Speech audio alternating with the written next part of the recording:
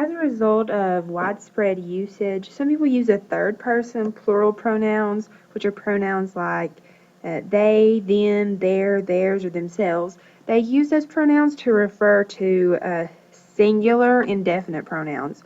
So, for example, if someone is saying everyone must get their coat before they leave, that is an unacceptable way to use the pronoun there, because the indefinite pronoun everyone refers to each person individually. So you can't take a singular pronoun and pair it up with a plural third person pronoun. They just don't match. So this has led to sexist language when people do that.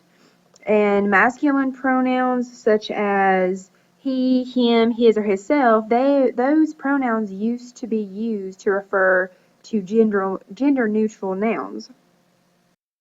Um, so, for example, the student has his test tomorrow. That's what used to be acceptable, but because student could be either male or it could be female, and they just automatically used a masculine pronoun to go with the noun student. But now, in today's society, it's very important to make sure you avoid using sexist language.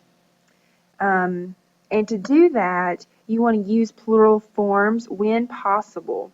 So instead of saying every student should bring his textbook to class, the way to make that non-sexist is to say, excuse me, students should bring their textbooks to class. So you're making your nouns uh, plural, and that way you can use a plural form of the pronoun to match its antecedent. Another way to avoid sexist language is to just rephrase the sentence to avoid using a pronoun altogether. So you can, instead of going back to the previous slide, instead of saying every student should bring his textbook to class, you would just say every student should bring the required textbook to class. You just get rid of the pronoun altogether.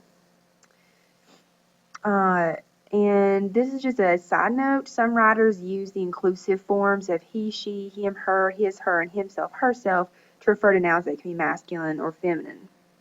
So, for example, instead of saying every student should bring their or textbook to class, or students should bring their textbook to class, some writers could say students should bring his or her textbook to class. So they're just making sure they cover all their bases whenever they're using the pronoun to refer to the antecedent students.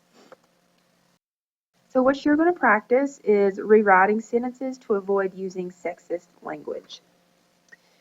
My example, I didn't put it up there, but I'm going to talk you through it, is a doctor usually has many loans to repay after he finishes medical school. Okay, the noun doctor is not gender specific. You can have male doctors, you can have female doctors. So it would be sexist for a writer to use the pronoun he to refer to the antecedent doctor. So there are two ways we can fix this.